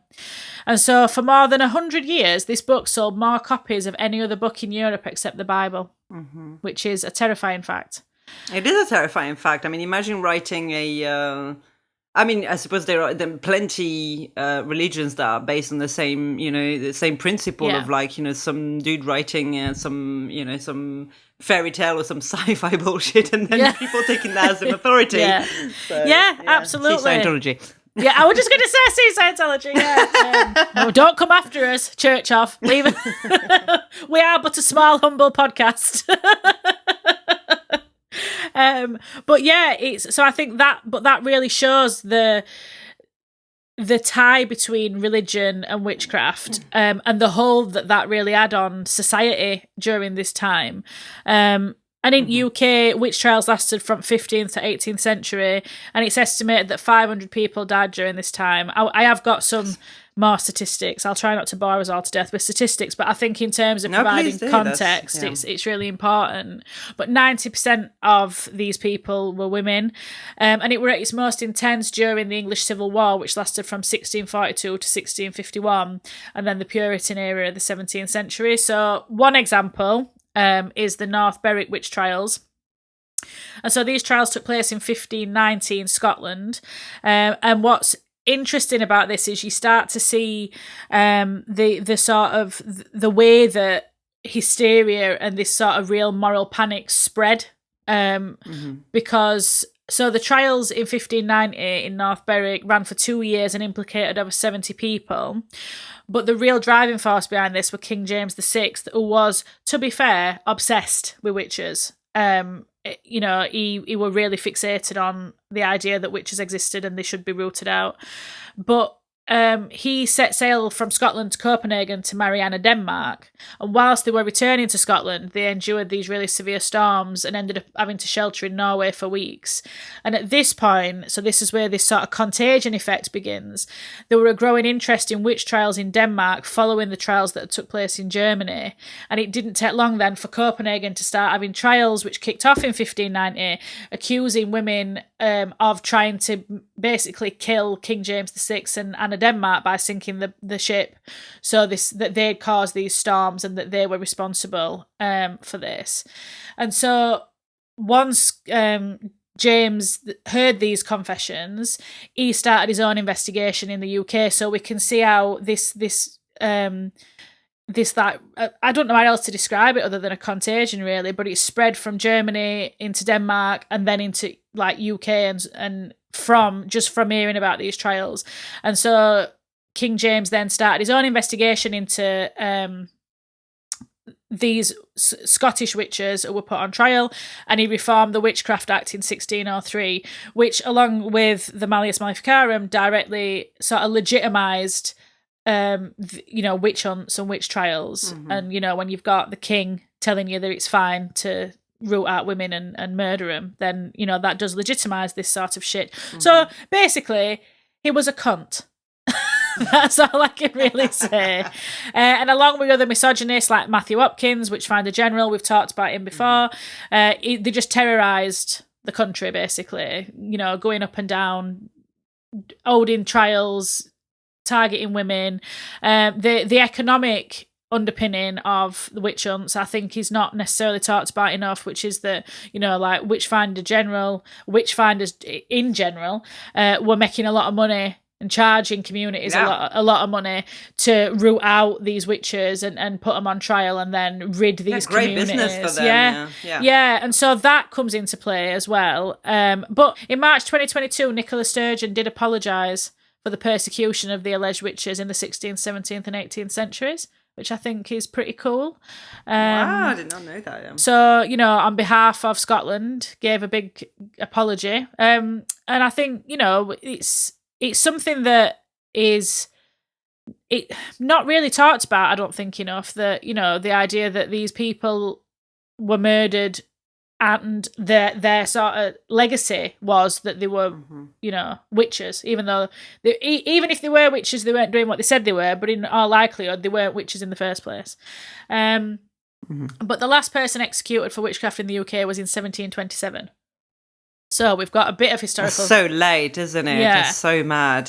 So mad that he went on for so long. Yeah. You know, it always blows my mind to think, like, over centuries, that you, like, you know, when you think how much can change in such a short amount of time. And yet, absolutely. As I said, because it was such an economy, it was so motivated by money, I think, a lot of it, that obviously went on for a lot longer than it should have. Mad. And I think it's, I mean, I'm going to talk a little bit about, like, the motivations behind it, but I think, that the money that motivated it, and also the just the jealousy and the, you know, the resentment.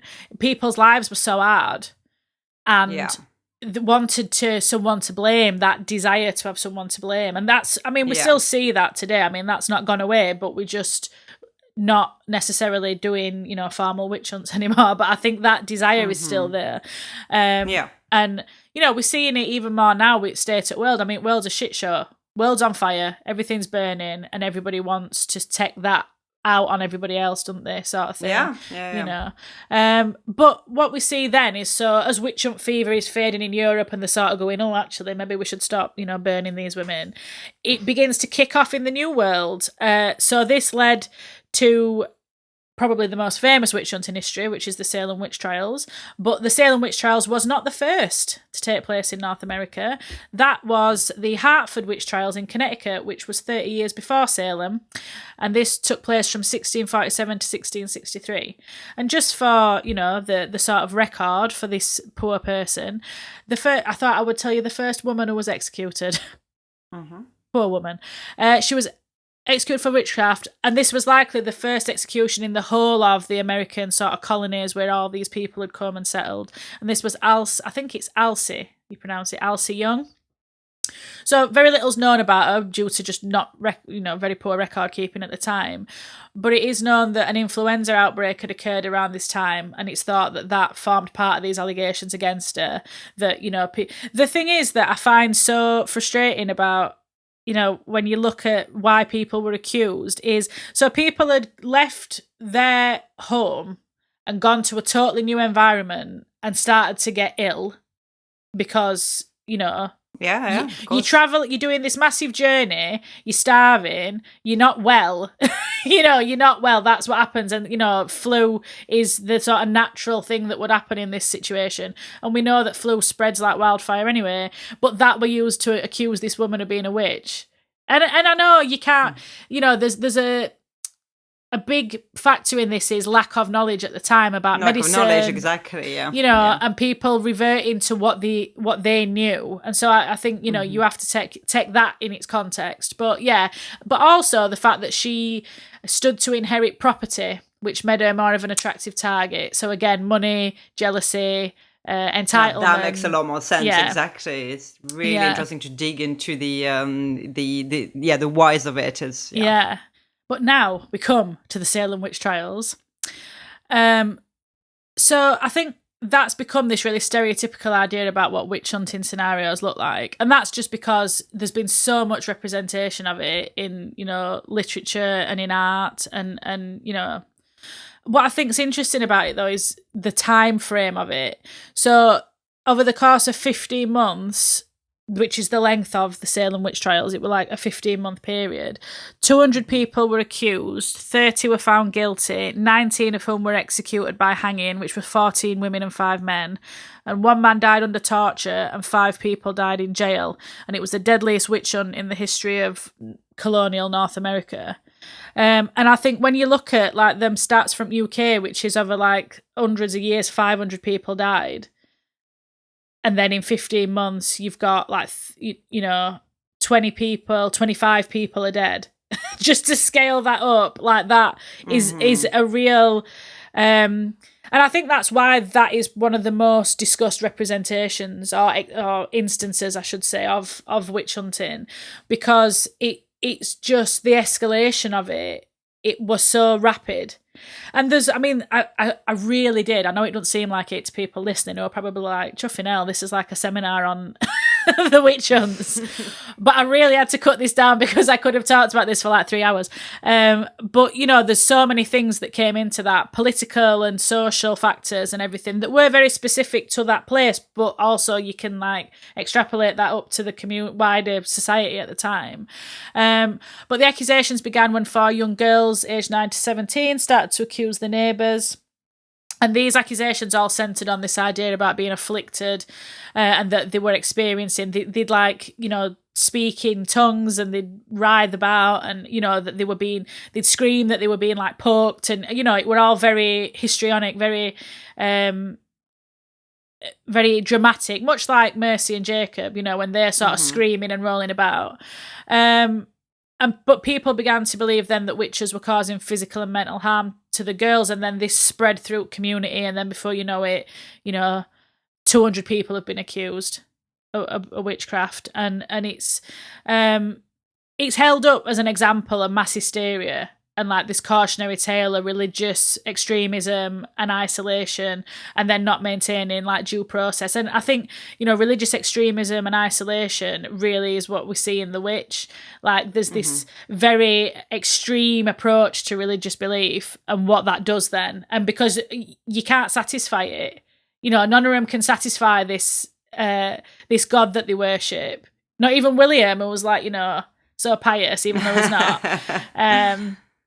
But yeah, it's easy to see how that would work out. That when you look in The Witch, how quickly this spreads on such a small scale of one family. Is not hard to imagine the spread of that mass hysteria phenomenon on a community. And that's it. And when you look at the people who are accusing each other, you see all these old resentments. It's neighbours accusing neighbours. It's people who've like lost out to someone on a land dispute. It's someone who's been like slighted. There's a lot of personal grievances that influence these allegations. Which, to me, I think people seem to suggest that that's like a rational reason for doing it. To me, it just makes it sound like people in this time period were absolutely awful. Because if somebody pissed me off, I'd be like, you know what, they've rate annoyed me. My neighbours rate annoyed me. They've parked over my drive again. You know what I'm going to do? I'm going to accuse them of something that could land them being like murdered. But when you put it in context, when you put it like this, I mean, you think of other periods of time where you think under fascism or during the Second World War, like people would we could be like, oh, my neighbor's pissing me off, or they have more money than me, they have more coupons than me, they are this and that. I think if people still had the possibility to do this these days, they would, Yeah. So it's kind of like it's not a fast stretch. Me and you would have been accused long ago. Oh, big time, yeah. And this witch at the end of the street, get rid of it. But I thought I'd just go through a little bit, not too much detail because it's very grim, about the process of a sort of witch trial. So for an accusation to be made, and this is where, this idea about lack of due process really starts to air itself. The accused person didn't even need to be present at the time of the person's bewitching. So you couldn't even have an alibi. If they were like, you know what, at 9 o'clock last night, I felt like somebody was stabbing me with red hot pins. And you were like, well, at 9 o'clock last night, I were in Bible study. Well, it don't matter. No, You'd exactly. still do it. Could be actually. It's proven that witches can be in both places at the same time. You know, you were obviously not really in Bible study. You know, were you familiar, or so there were no way to offer any defense if you were accused. And so witnesses are called to give evidence, like any other sort of trial. But the thing that would seal the fate of the accused is if they could find evidence of a witch's mark. Now, this concept of the witch's mark, I find to be, not only rooted in misogyny, but, it's just the most horrendous not the most horrendous. Obviously, the most horrendous is being murdered.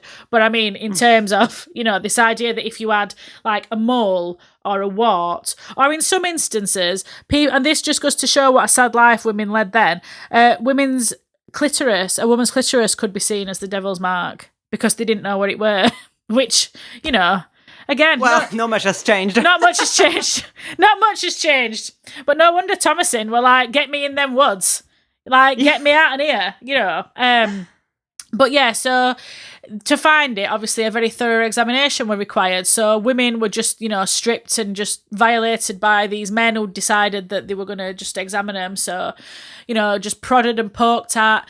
And, if anyone's seen The Witchfinder General, we see that one of the ways that that people like Matthew Hopkins used to fabricate, veracity of these allegations is the idea was that if you found the devil's mark, the witch's mark, that it wouldn't bleed.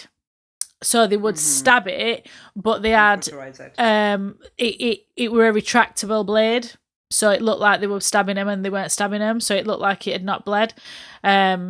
So that's one of the ways that, what a cheap shit magician trick. Yeah. That is, by the way. And obviously particularly films about Matthew Hopkins have like represented it, that there's an element of creative license, but we know that these women didn't have the devil's mark. So the fact that people were saying, we've stabbed it and it hadn't bled, they were obviously doing something to manipulate that finding. So then, if found with a witch's mark, that were evidence enough, and then the punishment would begin, and part of punishment was getting people to confess who their coven members were. So I don't want to dwell too much on gory details because it's very grim, but records at trials reveal, really horrific acts of torture that and they were just barbaric, and it's understandable that people would confess. And when you see the really fantastical allegations that people start to tell these stories, and that it's delirium, and it's just, to be saying, I flew through woods at night with my neighbour, and, it's just in response to this horrible, like, barbaric violence. But, things like thumb screws, there's a thing called, I think it's called a scald's bridle, where it's got like spikes in your mouth so you can't speak. Again, this misogyny, this idea about being a scold and a way that you can, stop women from talking. I mean, that's, not very subtle, is it? But, things like strangulation, attempted drowning, and sleep deprivation were a massive thing. There were a trial in Italy where one woman was kept awake for 40 hours and they wouldn't let her sleep and to get her to confess. And sexual humiliation were part of it, which is why, the witch trials are rooted in misogyny and entitlement, and it's just there's no other way that you can look at it. There's no other way to frame it, because part of it was this sexual humiliation and this idea that these women were sluts who had been having sex with devil. So they used to make them like sit on red hot stools and be like, oh, well, you'll be able to sit on that because you've sat on devil's dick or whatever. I don't know, just really, really grotesque stuff. But what we see is that torture really ramped up after 1468, when the Pope himself decreed that witchcraft was crimen exceptum. And what that means is that there's no legal limits on torture methods for witchcraft. So people were just free to do whatever they wanted to do to get these, to satisfy these allegations. But then this use of torture feeds into this hysteria as well, and this wider social panic, because obviously so you've been accused of being a witch, you've been found to have the witch's mark. Who are you consorting with?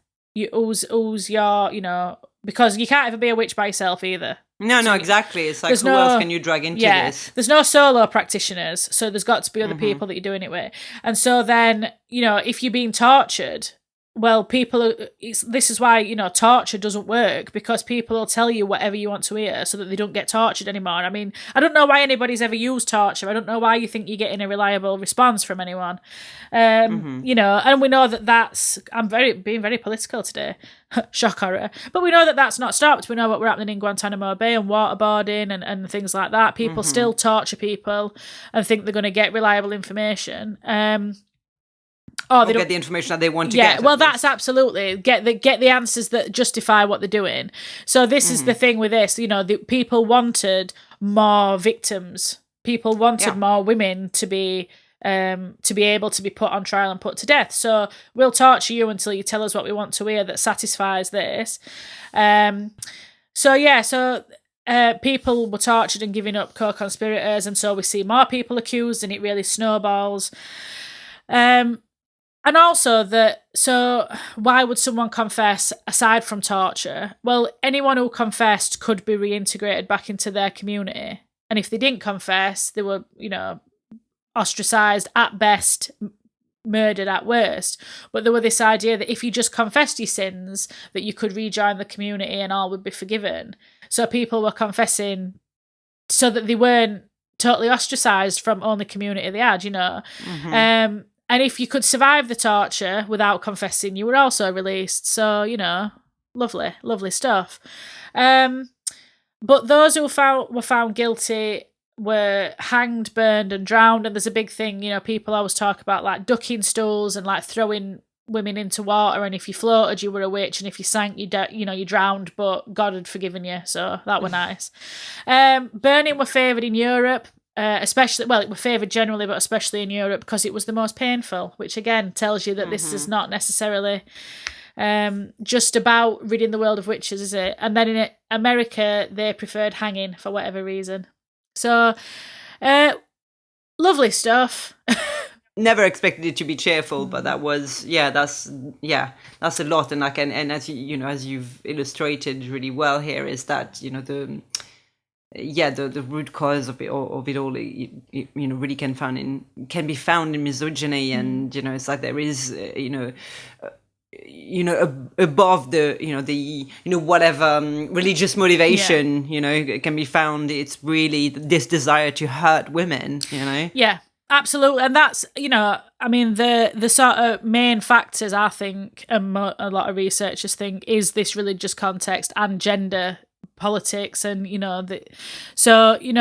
particularly in Salem, it was made up of Puritans who'd fled ruler Charles I because of this religious turmoil. So they'd already fled because this is I think the great irony of it, particularly in like Salem and in places like that, is that these people had fled because they felt they were being religiously persecuted, but then were turning around and persecuting women and didn't see that, but their initial plans were to establish a society based on their religious beliefs, and then those beliefs and then this fear about the threat of the devil all contributed to this. The change in like socioeconomic landscape, which meant that people weren't necessarily coming to the new world, in air quotes, the new world for religious beliefs, but for economic ones, meant that idea of a society that were built on these very specific and very, very repressive religious beliefs were threatened. So that, in part, it's going to feed into a film that we're going to discuss after this as well, this idea about needing a threat to enforce the dominant religious order of the day. But yeah, and then also gender, that Puritan society believed that women were equal to men in eyes of God, but not in eyes of the devil, so they were much more susceptible to the devil's influence. I mean, as we've said, he's got a sexy voice, so, I can't argue necessarily with this. But, religious repression and fear of women and sexuality all played a role in this, and I think when you look at this fixation on this witch's mark, that highlights that, and actually other theorists have referred to it as this like pseudo-erotic fixation. So there's this real sadistic and erotic fixation on women's bodies, the unknowable woman's body.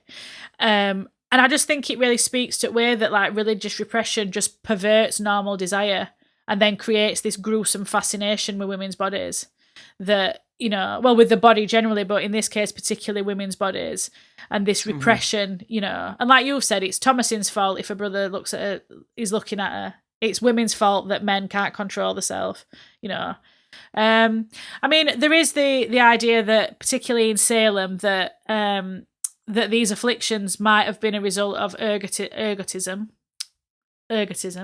which is a type of poisoning coming from eating rye bread that's infected with a fungus. And this fungus is what LSD is derived from, so it's an hallucinogen. And also sleep paralysis might have been involved in why people thought they were seeing people like coming into the rooms at night.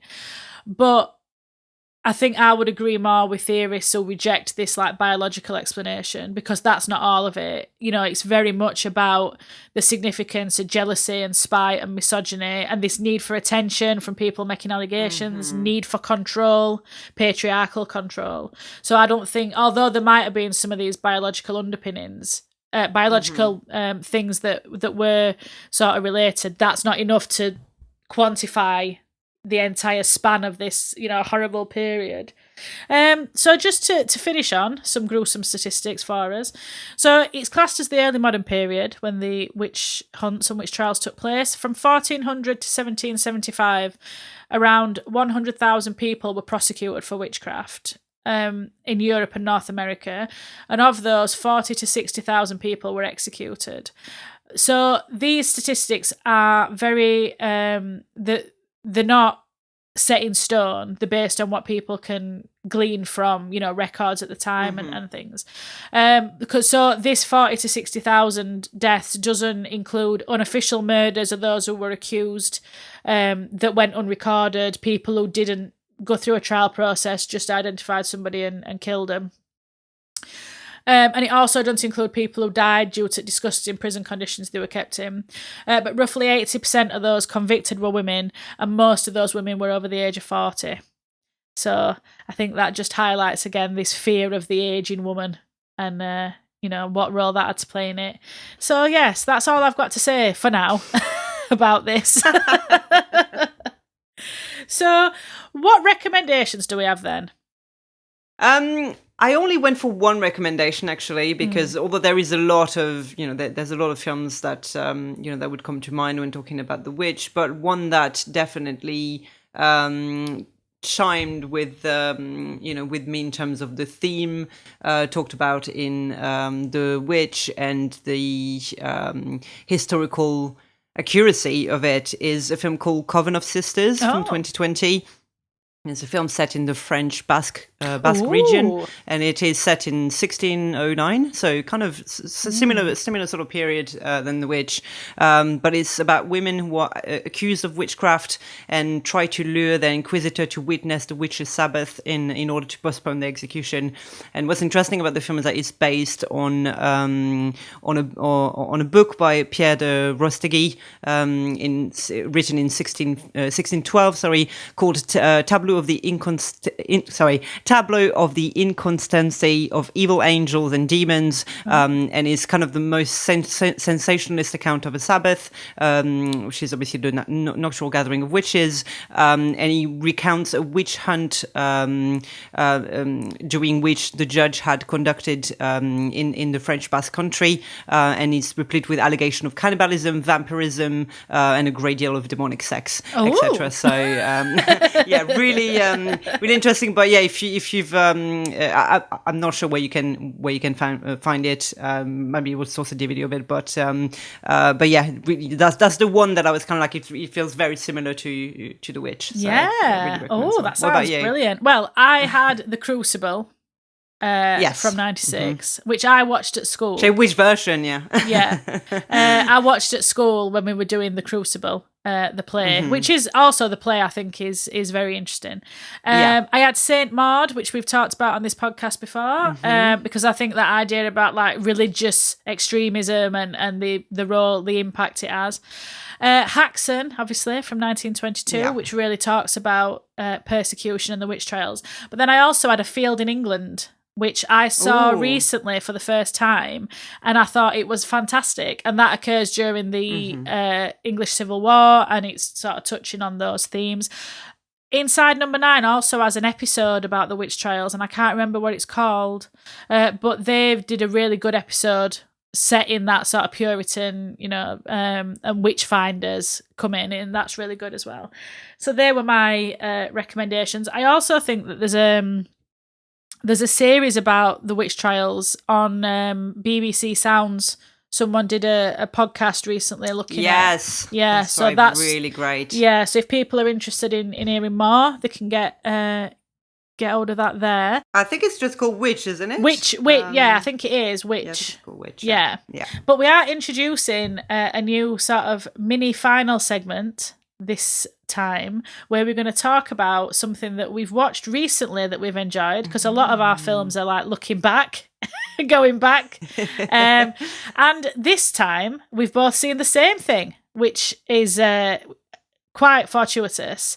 So what we're talking about this time is The First Omen. Chapter 1 is it called? Exactly. And what happened? I know you're not a massive fan of prequels, but I went to see it, and I texted you and I was like, you have to go and see it. I was like, I thought it was brilliant, but I was like, if anything else, for the fantastic reference to possession that happens in the film. So really glad you made the time to go and see that. Yes. Well, and I wouldn't have seen it if you would not have said you liked it, because I don't know, I feel very much that so there were like a spate of remakes.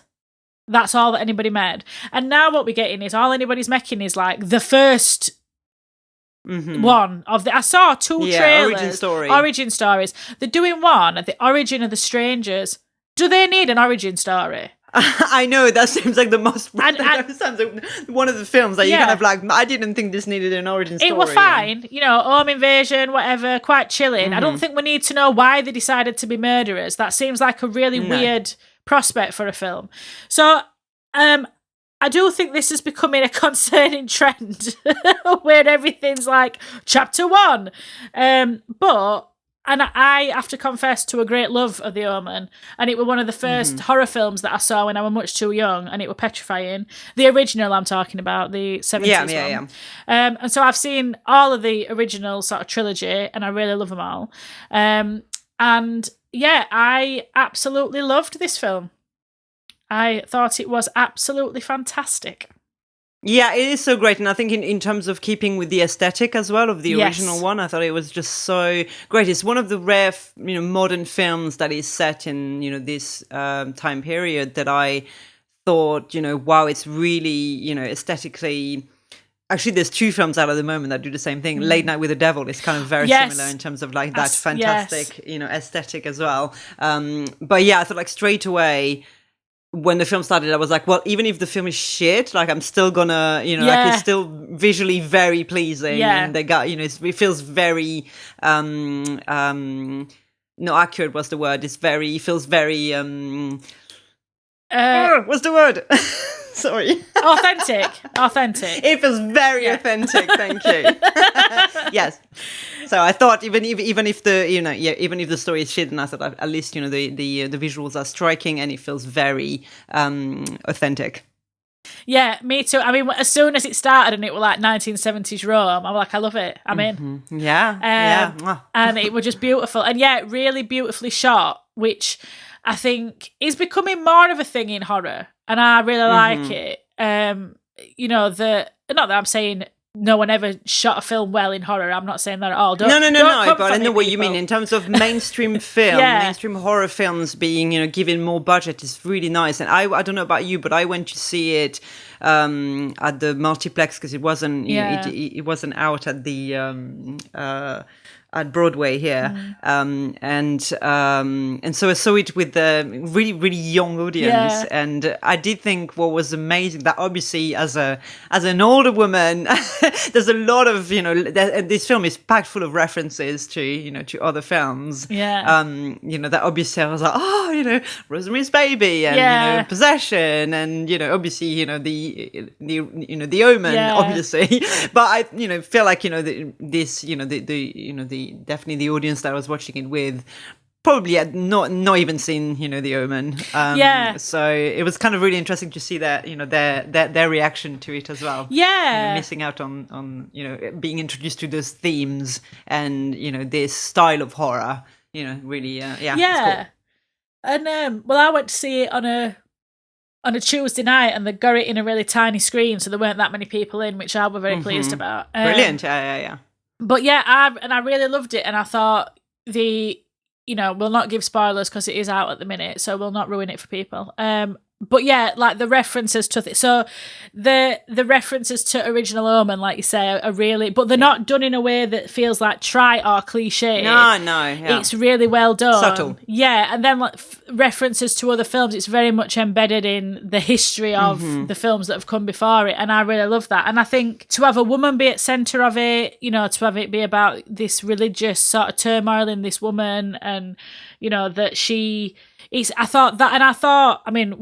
not give any spoilers about the sort of the ending, but I thought the motives involved in it were very interesting. The way that it were looking at religion and religious control, and there's a lot about the turmoil, particularly in Rome at that time, around the sort of protests, the way that religion were losing its grip, and I think that is such an interesting area that I would, even though I'm not a religious person, or maybe because I'm not a religious person, I would like to see that explored a bit more, and I'm glad to see that they did it in that. I thought it was really interesting. Yeah, it was really great, this idea of, when people, stop going to church, when you stop having this grasp of people, how do you make sure that you can still control them? That was just so interesting. And actually, thinking back of The Witch, it's kind of a very interesting, it's kind of a very interesting film to talk in relation to that, even though it's like in a completely different time period and, two very different subject matter, but very, this idea of religion and control, it's very, I think so. It's very pertinent. Yeah, I think so. And I think it's such a relevant thing for horror as well. To talk about that from a horror perspective. So yes, would recommend everyone to go and see it. Absolutely would recommend. The performances are fantastic. One thing I would say, I love Bill Nighy, don't get me wrong, but I thought that was probably the one part of the casting that I was like, because all I could do is picture him is Love Actually, kind of singing. So it's kind of an odd one, but apart from that, everything works really well. Yeah, well, so interestingly enough as well, thinking about ties back to The Witch, so Ralph Ineson, who plays William, is also in this film. Oh, yes, of course he is. Oh, my God. Brilliant. We've done it again. Amazing. Yes, he is, and he's so great. He's brilliant in it. He's brilliant. Yeah. Oh, my God. I just want to rewatch it. It's really funny, like talking of, not talking of non-exploitation film, but obviously because The First Omen takes place in the Coven. And a lot of people are talking about Immaculate at the moment as well. I don't know if you've seen it. I've not seen it yet. Total shit show, which I'm really looking forward to watch, obviously, because why not? But I get the idea that First Omen is definitely the best of the two. So I really loved it, and I'm all for nunsploitation. I love to see shit with nuns, so of course, I'm there for it as well. Thanks for listening to Monstrous Flesh. Please join us next time for more discussion about witches. You can find out more about us via our website, monstrousflesh.co.uk, where you can access our research for each episode, buy our wonderful merch, and see our upcoming events. We'd love to hear from you, either via our email or social media channels. Also, please rate and review wherever you listen to podcasts and help us spread our spooky word by telling your friends about Monstrous Flesh. Until next time, creep it weird, everyone!